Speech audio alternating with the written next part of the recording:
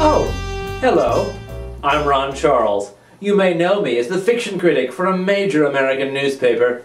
Each week, we promise to bring you book coverage that's fast, fun, and totally hip. Like all the really cool kids, I'm all at Twitter about next week's NBA.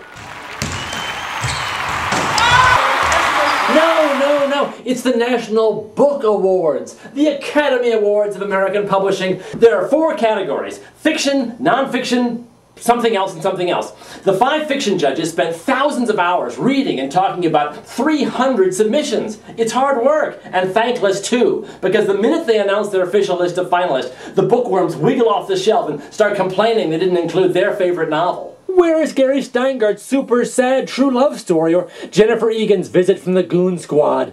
They even passed up such galaxy-shattering novels as Jonathan Franzen's Freedom, which, as the New York Times keeps telling us, is the whole reason the Chinese eunuch named Tsai Lun invented paper more than 2,000 years ago. The first finalist is Peter Carey's Parrot and Olivier, a novel about Alexis de Tocqueville's famous trip to America. Could this 2-time Booker winner win the big prize on this side of the Atlantic?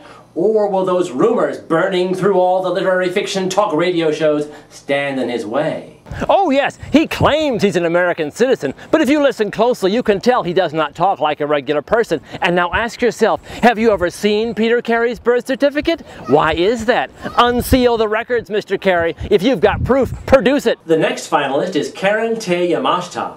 Her I, Hotel is a 650-page paperback that collects 10 experimental novellas about the Asian American community in San Francisco in the late 1960s.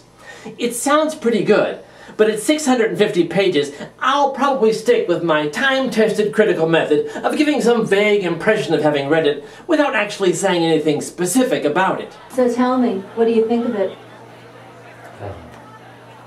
Oh, I like your earrings.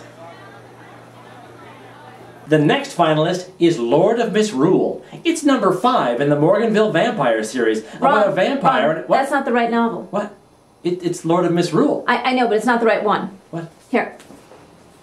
Lord of Misrule is a sexy medieval thriller about a sorcerer who seduces one of his friends and... That's not it either. What? Well... Lord of Misrule is a biography of New Orleans. Nope. And the trouble with... What? Lord of Misrule is a graphic... Misrule is an autobiography of Christopher Lee. That's not it. Lord of Misrule is a stunning novel. No, that's not it. What the frack? The judges picked it before it was published. What, so nobody's read it yet? Right. Secret unpublished books? Those bookworm conspiracy theorists will be spinning in their cocoons. 5 years ago, a young woman named Nicole Krauss published a gorgeous, heartbreaking novel called The History of Love.